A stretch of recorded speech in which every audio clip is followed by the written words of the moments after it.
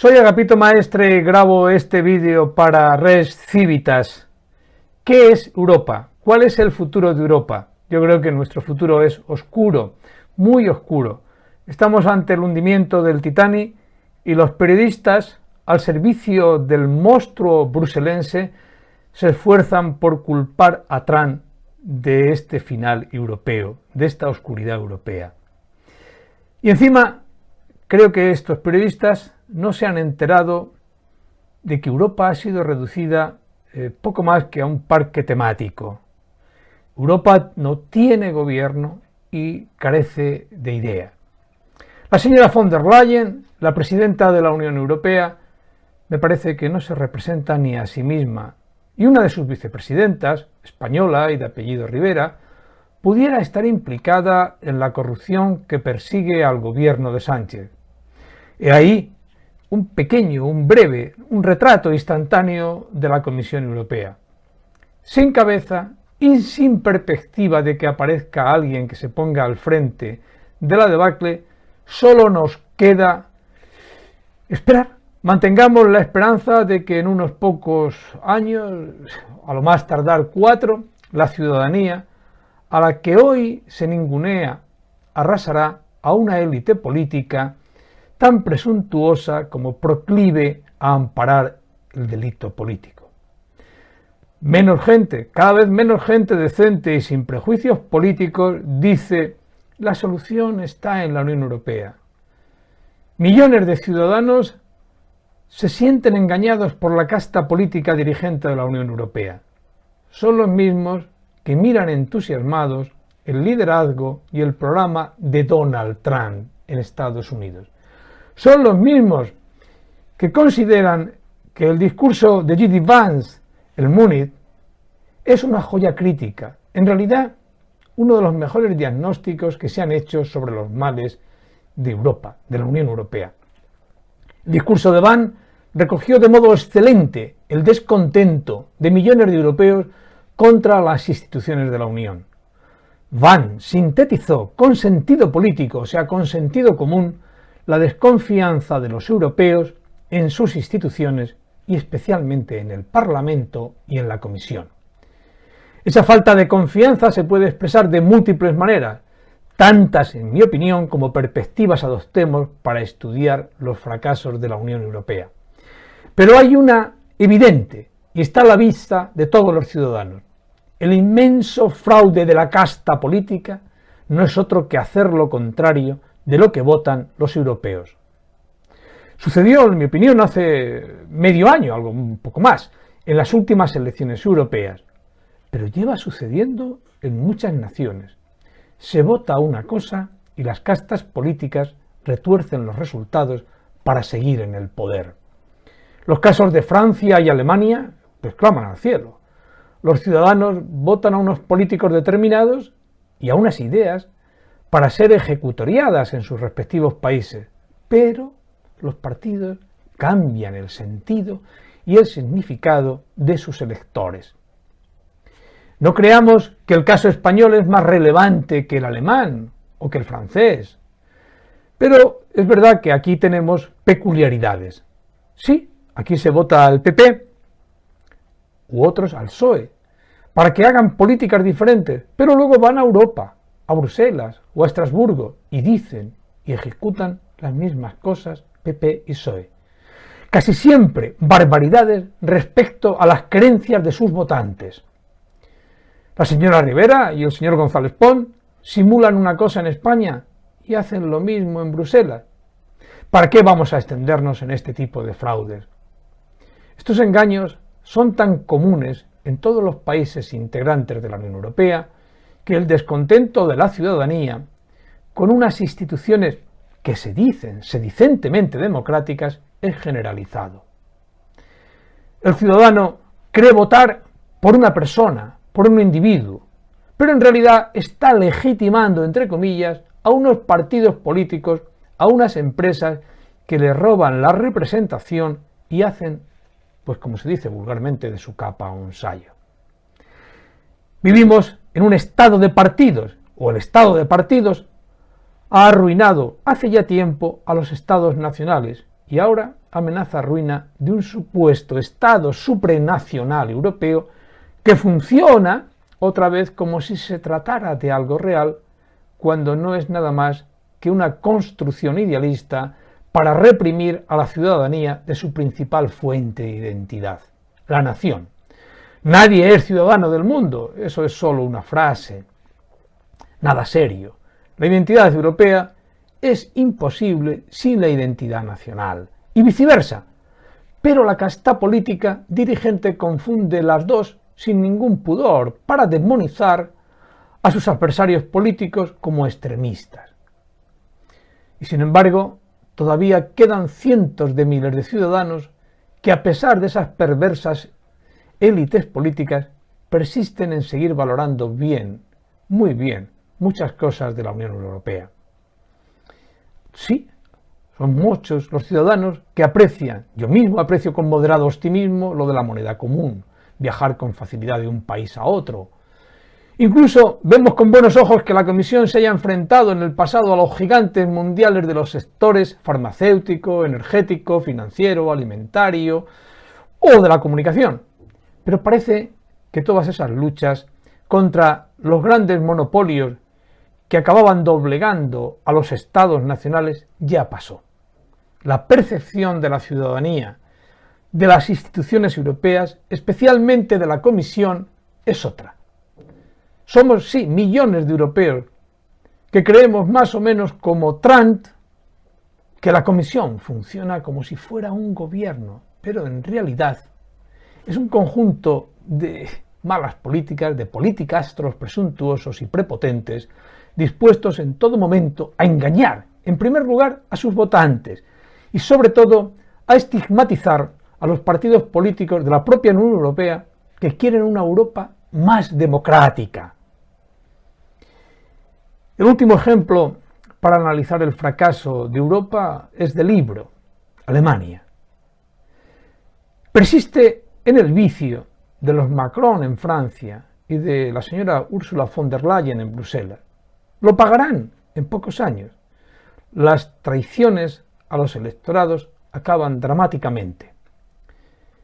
Los resultados de las elecciones de Alemania del domingo 23 de febrero pueden interpretarse de múltiples maneras, pero nadie con un poco de sentido común, con entendederas normales, podrá negar que Alternativa para Alemania, Alternativa für Deutschland, es la segunda fuerza política del país más importante por población, por economía, por territorio de Europa. Y tampoco nadie será capaz de cuestionar que el programa político de la CDU-CSU, la democracia cristiana, durante esta pasada campaña electoral estuvo inspirado por los tres centros fundamentales claves del partido liderado por la señora Alice Weidel. A saber, terminar con las demenciales políticas migratorias, poner fin a la locura del radicalismo ecologista de los verdes y, sobre todo, recuperar la idea de nación alemana dentro de la Unión Europea. Estas tres ideas creo que nadie decente las ha cuestionado, ni siquiera en la socialdemocracia. Y sin embargo, el líder de la democracia cristiana, el señor Friedrich Merz, se obstina en demonizar a Alternativa para Alemania y no le importa traicionar sus promesas. Está en el ADN de este personal, la traición a sí mismo, se ríe de sí mismo y de su electorado y, por supuesto, traiciona a un electorado que rechaza de modo ostensible al Partido Socialdemócrata Alemán, a la socialdemocracia alemana. Merz perdió la misma noche que ganó toda su legitimidad, porque esa misma noche, que ganó por un escaso margen en las elecciones, rechazó pactar con el segundo partido de la nación.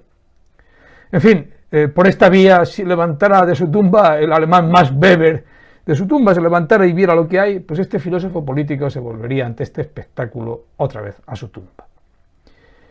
Sentiría vergüenza ajena a Weber de su gentuza o de su gente política. Se repiten los mismos esquemas antipolíticos y, por supuesto, antidemocráticos que llevaron a Alemania a la Primera y después a la Segunda Guerra Mundial. Pero por Dios, si Olaf Scholz, el dirigente del SPD, y Friedrich Merz tuvieran un mínimo de capacidad de autocrítica, o sea, de autolimitación, a la hora de ejercer el poder, no conformarían un gobierno de gran coalición. La gran coalición no es solo una gran tradición alemana, sino que su exportación a Europa, como se lleva haciendo años, es la gran ruina de la Unión Europea. Y en ello estamos. ¿Cómo salir de este callejón sin salida en la Unión Europea? Pues bueno, ensayando imaginativamente políticas que cuestionen en primer lugar la gran coalición. Esta noción, esta expresión, no entra ya en tiempo de descuento, como dicen algunos analistas del PP, sino que es menester denunciarla como un gran fraude a Alemania y por extensión a toda Europa. Lejos de dar estabilidad a los países, genera malestar y descontento en la ciudadanía. Oculta los problemas reales: inmigración descontrolada, carencia de políticas energéticas industriales, deslegitimación de las reservas democráticas de los estados nacionales, negación de principios y tradiciones nacionales y negación de principios y tradiciones occidentales, incapacidad para conformar una defensa común, etcétera, etcétera, etcétera. En segundo lugar, es menester tomarse muy en serio que no hay posibilidad de transformar la Unión Europea sin contar con los estados nacionales, sin la idea de nación, cuya soberanía no puede ser cuestionada por dirigentes tan necios, prepotentes y corruptos como los que dirigen hoy las instituciones de la Unión Europea. En tercer lugar, es menester también la autocrítica de los partidos políticos y sobre todo de sus inteligencias, dependientes generalmente de la mayoría de los casos del Partido Demócrata de los Estados Unidos. Todavía hay el PP español hay gente empeñada en alabar a Kamala Harris, demencial. En España, los partidos políticos, en Europa, en el poder tendrán que crear un lenguaje nuevo, otras categorías, para hacerse cargo de los cambios reales de Europa, o de lo contrario, nos conducirán al matadero de siempre. ¿Hasta cuándo tendremos que soportar el asunto ese? Crecen las opciones de extrema derecha y de extrema izquierda en Europa. Este es un lenguaje ridículo.